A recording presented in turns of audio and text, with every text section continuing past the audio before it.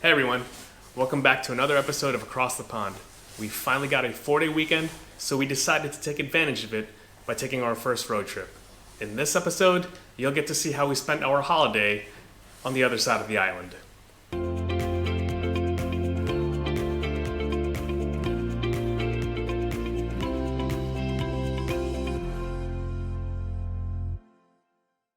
One awesome thing about being stationed overseas is that they understand that you want to travel and they give you a lot of opportunities over 4-day weekends. Before we knew it, our first 4-day weekend was upon us and we decided to go somewhere nearby called Palermo and a nearby beach from there, Cefalù. It wasn't a bad ride at all. In fact, it actually felt like driving through an American highway. It was wider and we didn't have to worry about cars sideswiping us. Palermo was just under 2 hours northwest of where we are in Catania. Most of the trip there was on highway and everything kind of looked like California. We saw a lot of olive trees, saw a lot of what I think was vineyards, and mountains and countryside. I was joking that everything looked like the cover of the Olive Garden menu. Palermo is on the coast, but it's not really a beachy vacation destination. It's more like a city known for its architecture, culture, restaurants, and we found there was a lot of good shopping there. Our hotel was really located well and along a little boulevard that reminded us of Michigan Avenue in Chicago because it had all the luxury stores.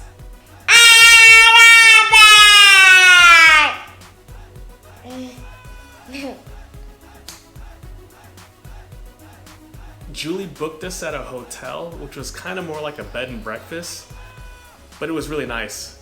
It had a bidet. A B&B gives you a little bit more of a personal, authentic experience, which I thought would be fun to try for one night. The room itself was very historic. It was in those quintessential buildings downtown that you see in Italy that are 3 or 4 stories high with the little Juliet balconies and made of stucco. The ceilings were so high, they were probably like 13 or 14 foot ceilings. It had a beautiful molding around the top, and there were 3 beds all in one room. When we were on vacation, I went to a hotel. I didn't know what it was called, and I didn't know the name of it. And when we were in the hotel room, I didn't really have anything to do, so I just jumped on the bench. The kids had fun walking the city, probably just because there was a Lego store there too. When we went shopping, we went in the Lego store, and there was something I always wanted. When we were in the luxury stores, I was so embarrassed because the kids were all hooped up on gelato and sticky and covered in mess, and they're running all over the stores, but the Italians totally didn't mind. I think that they like kids, and they were just kind of, va bene, whatever. One of the things that I bought in Palermo was a European man purse. Mark said he just wanted to go to the city, but I know his real motivation was to shop for a man purse. Or a man bag, or a European carry-all, whatever they call it. I don't care. My friends are probably gonna make fun of me, but I love it. This thing is practical over here. It fits everything. I keep euros with coins in it,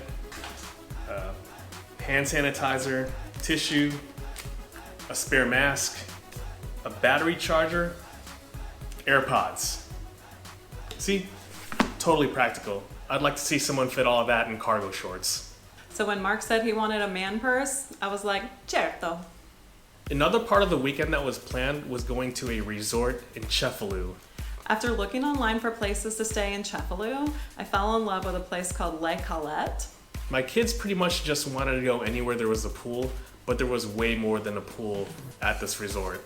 You had outdoor dining, you had a beach, you had cliffs, rocks, ocean. We also went to a beach. There was also a place in the ocean that had big rocks. On vacation, we also went to 2 beaches. One I didn't really like, and the other I didn't really like either. I don't know 3 kids who love the pool as much as my kids. That's all they wanted to do. And usually that's tough. Usually they just want to stay home or stay inside the hotel with their devices, but every day they wanted to go to the pool and play. The resort was nice. I got to do lots of things. I got to do parkour, I got to swim, and also I got to eat good breakfast.